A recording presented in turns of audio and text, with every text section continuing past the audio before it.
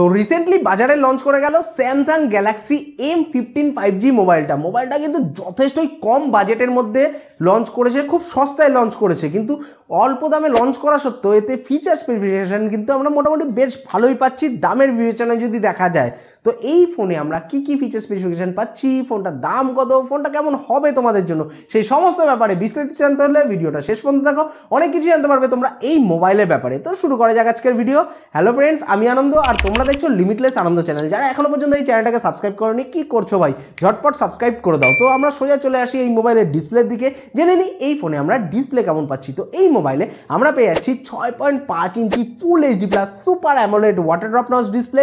মোবাইলে আমরা যে ডিসপ্লেটা পাচ্ছি তার স্ক্রিন রিফ্রেশ রেট থাকছে 90 হার্জ এবং এতে আমরা 180 হার্জ টাচ স্যাম্পলিং রেট পেয়ে যাচ্ছি এবং এই ডিসপ্লের পিক ব্রাইটনেস আমরা পাচ্ছি 800 নিটস। তো এক কথায় বলতে গেলে বাজেট বিবেচনায় এই ফোনে আমরা ডিসপ্লেটা কিন্তু বেশ ভালো পাচ্ছি, এটাই বলা যেতে পারে। এত কম দামে মোবাইলটা লঞ্চ হওয়া সত্ত্বেও যেতে আমরা সুপার অ্যামোলেড ডিসপ্লে পাচ্ছি, এটা কিন্তু পার্সোনালি আমার বেশ ভালো লাগলো এবং স্ক্রিন রিফ্রেশ রেটটাও কিন্তু মোটামুটি যথেষ্টই ভালো থাকছে। তার জন্য তোমরা মোবাইলের মাধ্যমে যখন কোনো গেম খেলবে বা মোবাইলটাকে ইউজ করবে তখন কিন্তু মোবাইলটা যথেষ্টই স্মুথ কাজ করবে। স্ক্রিন রিফ্রেশ রেট ভালো থাকছে, ডিসপ্লের কোয়ালিটিও ভালো থাকছে, ভিডিও ভিউইং এক্সপিরিয়েন্সও তোমাদের বেশ ভালো হবে এই মোবাইলের সাথে। আর ভিজিবিলিটির কথা যদি বলি, ইনডোরে তো ভিজিবিলিটিতে কোনো ইস্যু হবে না, আউটডোরে হেভি সানলাইটে যদি মোবাইলটা ব্যবহার করো তখন তোমাদের ভিজিবিলিটিতে একটু সমস্যা হতে পারে, বাকি অল ওভার ফোনের ভিজিবিলিটি ঠিকঠাকই থাকছে এবং এই ডিসপ্লেটা সব দিক থেকে ভালো করেছে। Just water drop notch display এখন আমার পার্সোনালি একটু ব্যাকডেটেড লাগে, পাঞ্চল যদি হতো তাহলে একদম জমে যেত। তোমাদের কি ধারণা এই ব্যাপারে অতি অবশ্যই আমাকে কিন্তু কমেন্ট করে জানিও।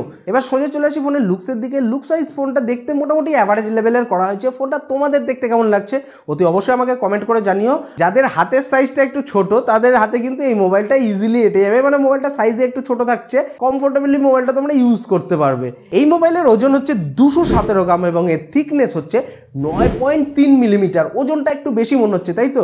বেশি হবে না কেন, কারণ বড় ব্যাটারি পাচ্ছি তো আমরা এই মোবাইলে, মানে মনস্টার সিরিজ, এম সিরিজ মানে আমরা জানি মনস্টার সিরিজ, তো সেরকমই মনস্টার সিরিজের ব্যাটারিও থাকছে এই ফোনে। মানে এই ফোনে আমরা পেয়ে যাচ্ছি 6000 mAh এর Li polymer battery, 25 watt fast charging সাপোর্টের সাথে। মোবাইলে আমরা যে চার্জিং কানেক্টর পাচ্ছি সেটা USB Type-C, তার পাশাপাশি আমরা এই ফোনে 3.5mm হেডফোন পোর্টও পেয়ে যাচ্ছি। অবশ্য এখানে আমরা বক্সে জাস্ট ডাটা কেবল পাচ্ছি, কোনো চার্জিং অ্যাডাপ্টার থাকছে না। স্যামসাং কেন যে চার্জিং অ্যাডাপ্টার দেয় না আমি বুঝি না। তোমাদের কি চার্জিং অ্যাডাপ্টার থাকলে বেশি ভালো লাগে না থাকলে বেশি ভালো লাগে অতি অবশ্যই আমাকে কমেন্ট করে জানিও। চলে আসি ফোনের সাউন্ড কোয়ালিটির দিকে। সাউন্ড কোয়ালিটিটা মোটামুটি আমরা অ্যাভারেজ লেভেলেরই পাচ্ছি এই ফোনে, এটাই বলা যেতে পারে। এই ফোনে আমরা সিঙ্গেল স্পিকারের সাপোর্ট পাচ্ছি। এবার আমরা সোজা চলে আসি এই ফোনের অপারেটিং সিস্টেমের দিকে। এই মোবাইলে আমরা একদম লেটেস্ট অ্যান্ড্রয়েড ভার্সন অ্যান্ড্রয়েড 14 পাচ্ছি স্যামসাং ওয়ান UI ইউজার ইন্টারফেসের সাথে। এবার আমরা চলে আসি এই ফোনের সিকিউরিটির দিকে। সিকিউরিটির দিক থেকে দেখতে গেলে এই মোবাইলে আমরা পেয়ে যাচ্ছি সাইড মাউন্টেড ফিঙ্গারপ্রিন্ট সেন্সার এবং ফেস আনলকের ফেসিলিটি। মোবাইলটা আপাতত 3টে কালার ভেরিয়েশনে লঞ্চ করেছে, ব্লু, গ্রে এবং ব্লু টোপাজ। কোন কালার ভেরিয়েশনটা তোমাদের সব থেকে বেশি ভালো লাগছে অতি অবশ্যই আমাকে কমেন্ট করে জানাতে ভুলো না। এবার আমরা চলে আসি এই ফোনের ক্যামেরার দিকে, জেনে নিই এই মোবাইলে আমরা ক্যামেরা কেমন পাচ্ছি। তো এই মোবাইলে রেয়ার সাইডে আমরা পেয়ে যাচ্ছি 50 মেগাপিক্সেলের ট্রিপল ক্যামেরা। প্রাইমারি যে লেন্সটা থাকছে সেটা 50 মেগাপিক্সেলের, যার অ্যাপারচার হচ্ছে f1.8 এবং এরপরে আমরা একটা 5 মেগাপিক্সেলের আলট্রা ওয়াইড অ্যাঙ্গেল লেন্স পাচ্ছি এবং তারপর থাকছে একটা 2 মেগাপিক্সেলের ম্যাক্রো লেন্স এবং এই ফোনের ফ্রন্টে আমরা পেয়ে যাচ্ছি 13 মেগাপিক্সেলের সেলফি ক্যামেরা, যার অ্যাপারচার হচ্ছে f2। তো এখানে বাজেট বিবেচনায় দেখতে গেলে আমরা এই মোবাইলে ক্যামেরা সেকশনটা বেশ ভালো পাচ্ছি, এটাই বলা যেতে পারে। রেয়ার ক্যামেরা তো ভালো থাকছেই, তার পাশাপাশি ফ্রন্ট ক্যামেরার আউটপুটও কিন্তু আমরা মোটামুটি বেশ ভালোই পাবো। স্যামসাংয়ের ক্যামেরাগুলো কিন্তু বেশ ভালো দেওয়া হয়, সেন্সারগুলো বেশ ভালো থাকে। তো এই ফোনেও কিন্তু আমরা ক্যামেরার কোয়ালিটি বাজেট বিবেচনায় ঠিকঠাকই পাচ্ছি, এটাই বলা যেতে পারে। এই ফোনের রেয়ার ক্যামেরা এবং ফ্রন্ট ক্যামেরা দুটোর মাধ্যমেই ফুল এইচডিতে ভিডিও শ্যুট করা যাবে 30 ফ্রেম পার সেকেন্ডে। এবার আমরা সোজা চলে আসি এই ফোনের কানেক্টিভিটির দিকে।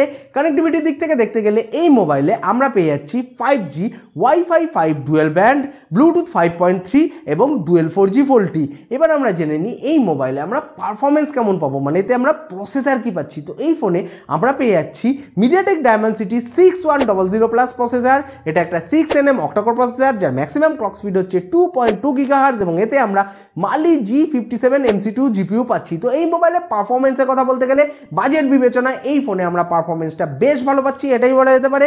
এই ফোনের মাধ্যমে তোমরা মোটামুটি ঠিকঠাক গেম খেলতে পারবে, মাল্টিটাস্কিং করতে পারবে, অল ওভার এই মোবাইলের পারফরমেন্স তোমরা বেশ ভালো পাবে। কিন্তু একদম হাই এন্ডের যদি কোনো কাজ করতে যাও, হাই গ্রাফিক্সের কোনো কাজ করতে যাও, তখন তোমাদের একটু সমস্যা হতে পারে। বাকি ফোনের যা বাজেট, যা দাম, সেই দামের বিবেচনায় কিন্তু এটার পারফরমেন্স আমরা মোটামুটি ঠিকঠাকই পাচ্ছি। এবং এই চিপসেটটা যেহেতু 6nm আর্কিটেকচারে বিল্ড হয়েছে, এই ফোনে আমরা 6000 mAh এর ব্যাটারি পাচ্ছি, অ্যামোলেড ডিসপ্লে থাকছে, তার জন্য এই ফোনে ব্যাটারি অপটিমাইজেশনটা কিন্তু আমরা বেশ ভালো পাবো। মানে ব্যাটারি ব্যাকআপ কিন্তু একদম জোস থাকছে এই ফোনে, মানে দমদার ব্যাটারি ব্যাকআপ পাবে তোমরা এই মোবাইলে, এটাই বলা যেতে পারে। এই মোবাইলটা আপাতত দুটো স্টোরেজ এবং র্যামের ভেরিয়েন্টের সাথে লঞ্চ করেছে। এতে আমরা পাচ্ছি 4GB RAM 128GB internal storage এবং 6GB RAM 128GB internal storage.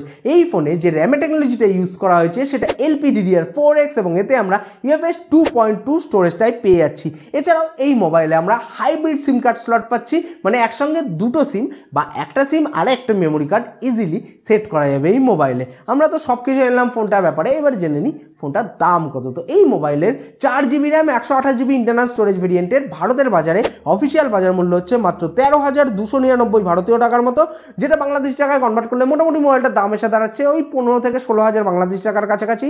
এবং এই ফোনের 6GB RAM 128GB internal storage ভেরিয়েন্টের ভারতের বাজারে অফিসিয়াল বাজার মূল্য হচ্ছে মাত্র 14,799 ভারতীয় টাকার মতো, যেটা বাংলাদেশ টাকায় কনভার্ট করলে মোটামুটি মোবাইলটার দাম এসে দাঁড়াচ্ছে ওই 17 থেকে 18,000 বাংলাদেশি টাকার কাছাকাছি। তো ফোনটার ব্যাপারে তোমাদের কি ধারণা, তোমাদের কি মতামত, অতি অবশ্যই আমাকে কমেন্ট করে জানাতে ভুলো না।